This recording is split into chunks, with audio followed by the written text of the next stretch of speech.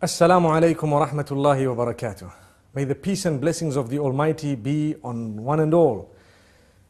Today we will be discussing another very, very important topic, and that is what we see around us. What do we see?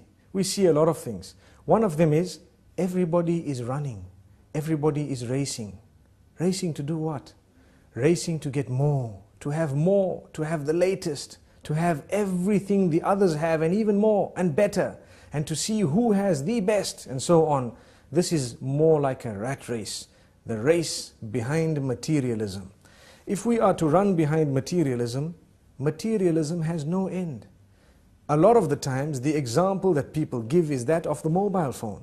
We always want the latest, even if the phone we have does our job and it is good and it has been faithful to us. We still want to change it. We want to update it. Sometimes when we cannot even afford to have a mobile phone, and we would have it, we would borrow, we would live on that which is credit, in the sense that we owe people and we don't even have the means to own something and we want it. The same applies to a motor vehicle, where you have a person who has a car, they've barely afforded it, but they want another one. They want to update it, and they keep on updating it, and they look at the other one, and they want that one as well.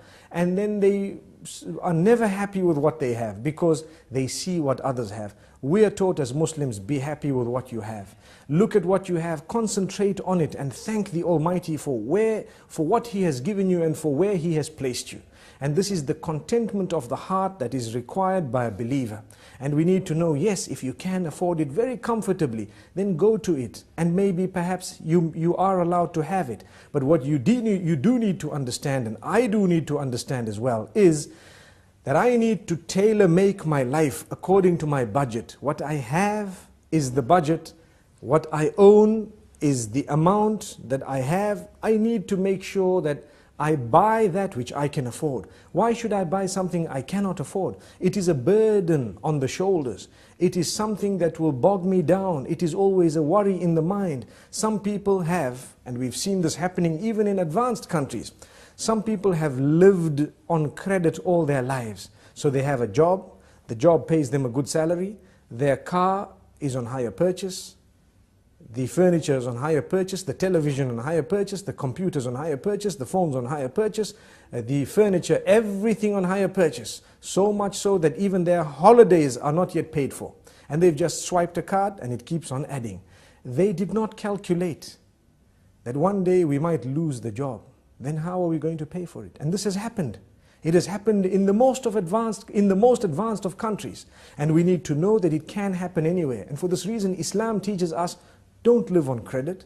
Live your life according to your means. If you cannot afford a holiday, don't go on it. Or go on a more basic holiday. If you cannot afford a mobile phone, don't have one. If you cannot afford a vehicle, go with public transport. It might be better for you.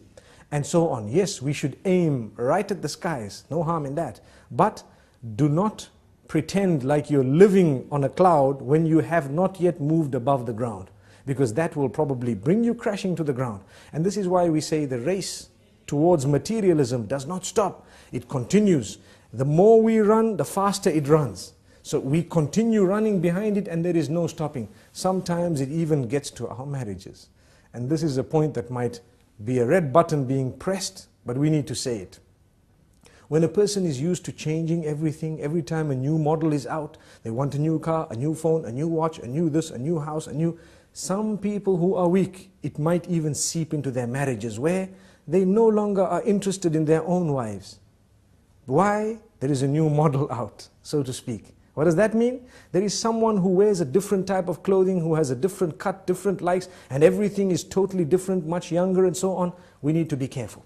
We should never allow this to seep into that department of our lives. And for this reason we say, harness it from the very beginning and you will be calm. You will lead a relaxed life. How many poor people do we have who sleep very well? And on the other hand, how many rich do we have who cannot sleep without a sleeping pill? How ironic. It should have been the other way around. But the reason is, sometimes the more we get, the more we want. And for this reason, the Almighty keeps us sometimes slightly backward so that we can enjoy our sleep. We can have a happy home. So many people, that when they've got enough money, enough time, enough good health, so to speak, they tend to think of sin, and they'd like to go and spend it in the casinos, on people whom they are not supposed to be spending it upon, spending nights out, engaging in adulterous affairs, and so on, because they've got the time to do that, the wealth to do that, the health to do that. So as a gift of the Almighty, He sometimes keeps us less wealthy so that we don't even go there. He sometimes keeps us less healthy so that we don't have the health to do that. And sometimes He keeps us occupied so we don't have the time to do that. And we lead a happier home, a happier life, a happier family. Our children are always with us on our laps, having the meals with us and so on. Whereas you have sometimes those who have been given a lot, they don't have a meal with their children. Their children are distant. They have a relation with them which is very plastic, or should I say, very cosmetic. We ask the Almighty not to make us from those. Yes, there is an exception.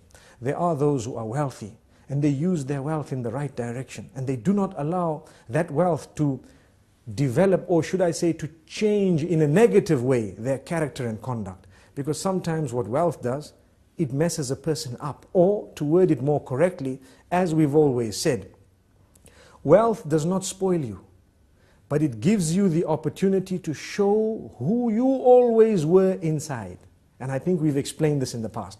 Like someone working for a boss, and his boss tells him something he doesn't like, he might be very upset, he wants to show it, but because he's not as wealthy, he cannot show it. So he says, yes sir, thank you sir, okay sir. But his heart is bubbling and bursting with all this, want to actually clarify and to answer back. He hasn't done it because of his standing. The minute he gets wealth, the wealth did not spoil him, but it gives him a chance to answer back and say, who do you think you are? If you have, we have as well. And for this reason we say, we need to have the best character and conduct prior to when we've had wealth, whilst we have the wealth, and even after it's gone. And when we remain humble, we won't suffer depression if we suffer a loss. The minute we live a haughty, high life, one thing goes wrong and we're depressed. Why are we depressed? Because we were running behind materialistic items.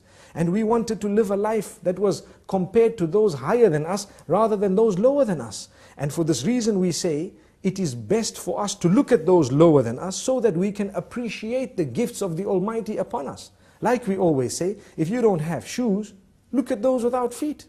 And you will realize, at least I've got my feet, I might not have shoes. And this is just one example. In this way, there are so many examples. The youth out there, definitely the media plays a big role, a very big role, in convincing people to want things that they don't actually need. And this is why we need to distinguish between the wants and the needs. You need something, that is different. But when you want something, can you afford it? Is it necessary? Even if you can afford it, is it going to result in the destruction of your marriage, in the pushing away of your own children, or in the loss of respect, or in the changing of your habits in a negative way? If it is, leave it out. It's only something you want. You don't actually need it. You'd rather remain with that which you need and have an intact family with positive, relatives and family members and a good work environment and so on.